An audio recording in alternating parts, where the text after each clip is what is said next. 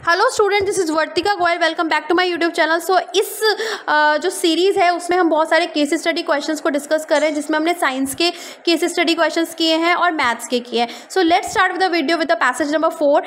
Every organism existing in the ecosystem has its own way of intaking food और we can say the gaining energy.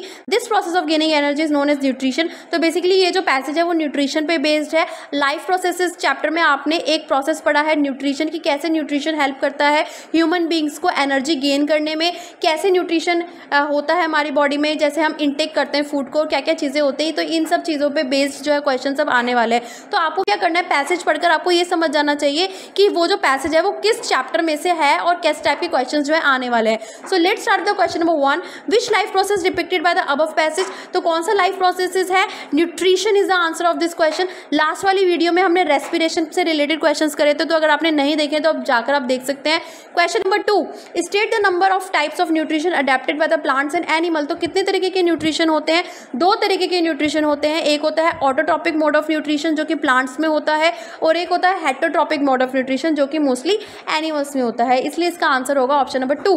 Next question number 3, substance required for the autotrophic nutrition are. तो autotrophic nutrition आपको पता है plants में होता है, जिसमें plants अपना फूड बनाते हैं with the help of a process known as photosynthesis. तो इसलिए इसका आंसर होगा ऑल ऑफ द अबव, क्योंकि प्लांट्स को कार्बन डाइऑक्साइड भी चाहिए, वाटर भी चाहिए, सनलाइट की प्रेजेंस भी चाहिए और क्लोरोफिल भी चाहिए। तो इस तरह से इसका आंसर होगा all of the above. Next question number 4, phagocytosis by the amoeba is. तो अमीबा में फैगोसिटोसिस होता है with the help of a holozoic nutrition. तो जो अमीबा में जो न्यूट्रिशन होता है उसको बोलते हैं होलोजोइक न्यूट्रिशन। तो पूरा अच्छे से डायग्राम के थ्रू एक्सप्लेन किया हुआ है आपकी एनसीईआरटी में, और क्वेश्चन भी बहुत इंपॉर्टेंट है, हमेशा एग्जाम में आता है। डायग्रामेटिकली आपको इसको एक्सप्लेन करना है ताकि आपको फुल मार्क्स मिले। तो बेसिकली पूरी स्टेजेस होती हैं। सबसे पहले होता है इंजेशन ऑफ फूड। इंजेशन कैसे होता है? क्योंकि अमीबा के अंदर कोई स्पेशलाइज्ड ऑर्गन नहीं होता डाइजेशन का, तो इसलिए इसकी जो डाइजेशन होता है, इंटेक ऑफ फूड होता है with the help of a small opening which is known as pseudopodia. तो सूडोपोडिया एक ओपनिंग है जिसके थ्रू वो फूड पार्टिकल को अपने अंदर इजेक्ट कर लेता है, जैसे कि आप पिक्चर में देख रहे हैं। उसके बाद सेकंड नंबर पे जो फूड है उसको डाइजेस्ट करता है अमीबा,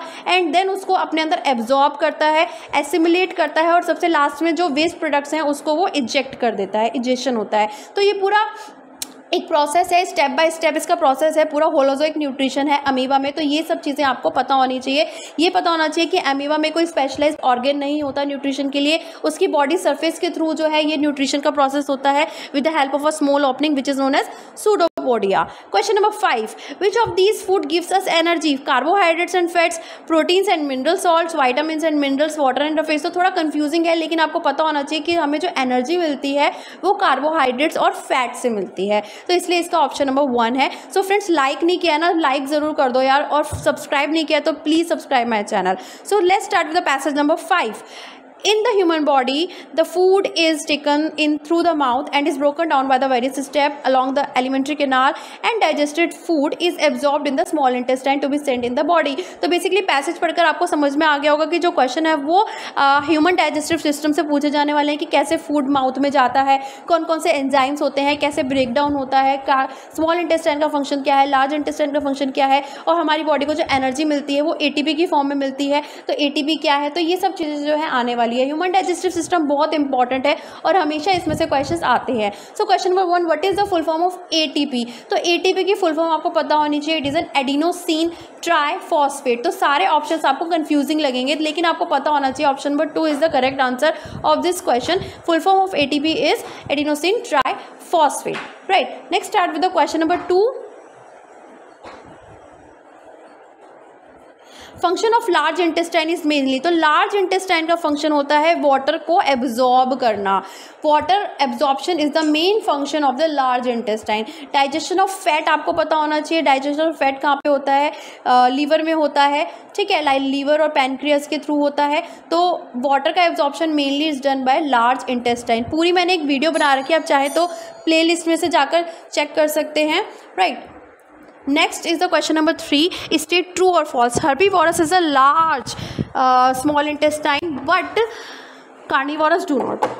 तो इसका भी एक बहुत इम्पॉर्टेंट सा रीज़न है जो कि आपको पता होना चाहिए। जो हर्बीवोरस होते हैं वो ग्रास ईटिंग एनिमल्स होते हैं, क्योंकि वो ग्रास खाते हैं, तो ग्रास के अंदर सेल्यूलोज होता है। तो cellulose is very take long time to digest, long time लगता है सेल्यूलोज को डाइजेस्ट करने के लिए, इसलिए हर्बीवोरस की जो लार्ज स्मॉल इंटेस्टाइन होती है वो लॉन्ग होती है। लेकिन कार्निवोरस जो है वो ग्रास नहीं खाते, वो मीट खाते हैं, इसलिए उनको सेल्यूलोज डाइजेशन नहीं करना पड़ता, इसलिए उनकी जो स्मॉल इंटेस्टाइन होती है वो शॉर्ट लेंथ की होती है। इसलिए इसका आंसर ट्रू होगा, हर्बीवोरस की लॉन्ग इंटेस्टाइन होती है बिकॉज वो सेल्यूलोज डाइजेस्ट करते हैं। Question number 4, the stomach produces an acidic hydrochloric acid, why? तो स्टमक जो है हाइड्रोक्लोरिक एसिड प्रोड्यूस करता है ताकि जो फूड है स्टमक के अंदर उसका जो मीडियम है वो एसिडिक मीडियम हो जाए। बिकॉज जो स्टमक होता है उसके अंदर एक एंजाइम रिलीज होता है जिसे बोलते हैं protein digestive enzymes which is pepsin, जो कि प्रोटीन्स पर वर्क करता है, प्रोटीन को ब्रेक डाउन करता है। तो पेप्सिन को एसिडिक मीडियम चाहिए ताकि वो प्रोटीन्स को ब्रेक डाउन कर सके, इसलिए इसका ऑप्शन नंबर 3 करेक्ट होगा।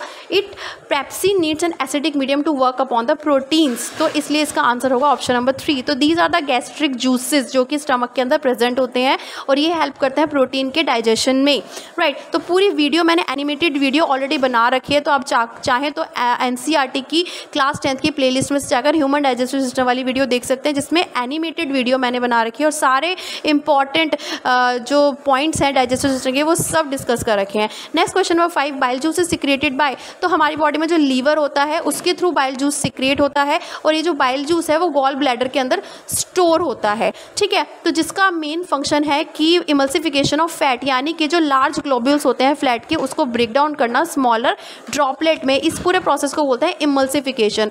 तो बाइल जूस और पैनक्रियाटिक जूस दोनों ही हेल्प करते हैं फूड फैट के डाइजेशन में। तो बाइल जूस के अंदर क्वेश्चन आता है कि एंजाइम्स होते हैं, नहीं, तो बाइल जूस के अंदर एंजाइम नहीं होते। पैनक्रियाटिक जूस के अंदर एंजाइम्स होते हैं जिसको बोलते हैं trypsin which is a protein digestive enzyme, और उसके अंदर होता है lipase which is used for break down the emulsified fat. तो इस तरह से बाइल जूस और पैनक्रियाटिक जूस दोनों ही फैट के डाइजेशन में हेल्प करते हैं। Next question, saliva helps in digestion of, saliva किस में हेल्प करता है? तो आपको पता होना चाहिए कि सलाइवा जो है हमारे माउथ में होता है, सलाइवरी ग्लैंड्स के थ्रू ये सलाइवा सीक्रेट होता है और इस सलाइवा के अंदर होता है एक एंजाइम जिसको बोलते हैं सलाइवरी अमाइलेज।